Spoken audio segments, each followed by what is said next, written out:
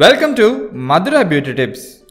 இப்போ இருக்கிற காலகட்டத்தில் காலையில் நம்ம வீட்டில் இருந்து கிளம்புறதுல இருந்து வீடு திரும்புகிற வரைக்கும் பல பிரச்சனைகள் நம்ம ஸ்கின்னை பாதிச்சு அது டல்லாக கருப்பாக மாறும்.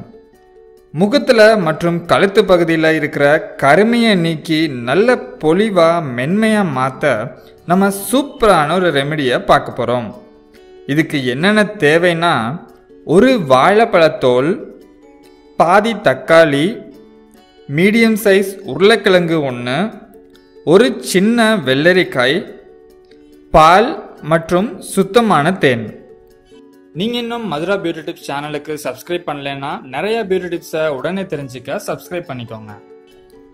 உருளைக்கிழங்கு மற்றும் வெள்ளரிக்காயை தோல் சீவி சின்ன பீசஸாக வெட்டி வச்சுக்கோங்க.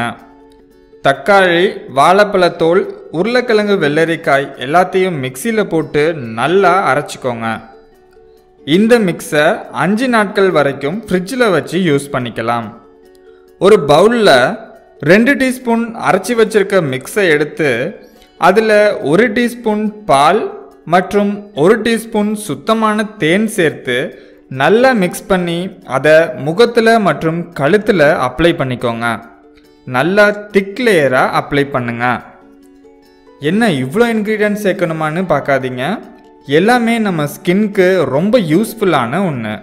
நம்ம தூக்கி போடுற வாழைப்பழ தோலில் நிறையா ஆன்டி ஆக்சிடென்ட்ஸ் மற்றும் விட்டமின்ஸ் இருக்குது.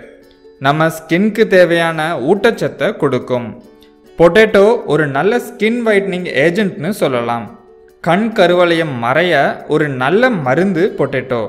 கருப்பு திட்டுகளை மறைக்கவும் பொட்டேட்டோ உதவும். பால் முகத்துக்கு நல்ல பொலிவை கொடுக்கும், பிம்பிள்ஸ்லாம் வராமல் தடுக்கும். தேன் ஒரு நல்ல மாய்ஸ்சரைசர்னு சொல்லலாம். தக்காளி இயற்கையாகவே ப்ளீச்சிங் ப்ராப்பர்ட்டிஸை கொண்டது. ஸ்கின்னை வெள்ளையாக்க தக்காளி ஒரு நல்ல பொருள். இந்த மிக்ஸை அப்ளை பண்ணி அரை மணி நேரம் விட்டு நார்மல் வாட்டரில் வாஷ் பண்ணிக்கோங்க. முகத்தை வாஷ் பண்ணிட்டு பார்த்தா நீங்களே ஆச்சரியப்படக்கூடிய அளவுக்கு செம்ம ரிசல்ட்ஸ் கிடைச்சிருக்கும்.